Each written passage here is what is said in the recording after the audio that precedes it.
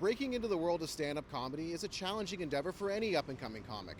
But if you're a member of the 2SLGBTQ community, finding a supportive place to perform can be challenging. But one group here in Toronto is aiming to change that.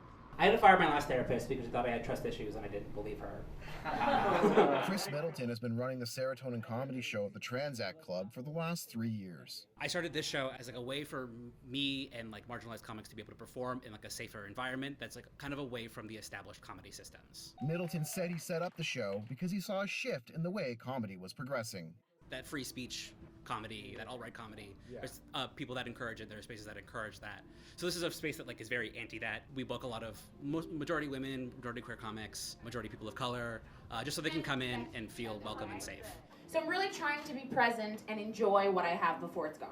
If you go to a space where there's lots of really edgy comics who are doing really aggressive stuff, I feel like the crowd is almost expecting that or kind of like bracing themselves for that. Where when you do a show in a safer space where people are just there to laugh and have a good time, it really does allow you to get comfy on stage. Jessie Olson hosts several comedy groups within the city. She says she's encouraged by the next generation of comics she's helping to foster. There are more femme and queer comics who are coming up and are finding the right places to go, and they're not just being like batted out of the industry as fast as I think they might have been in the past, because there are rooms like this that feel so comfortable and fulfilling and really make you want to work hard at doing comedy. Organizers have added an open mic night on the second Thursday of every month, in addition to their regular performance on the last Thursday of every month. Their hope is to give opportunities to more performers. I just don't think those spaces have always existed, and I think where we are right now in 2023, like, people have things to say, and femme and queer comics should be the ones saying a lot of those things. Comedy is very subjective,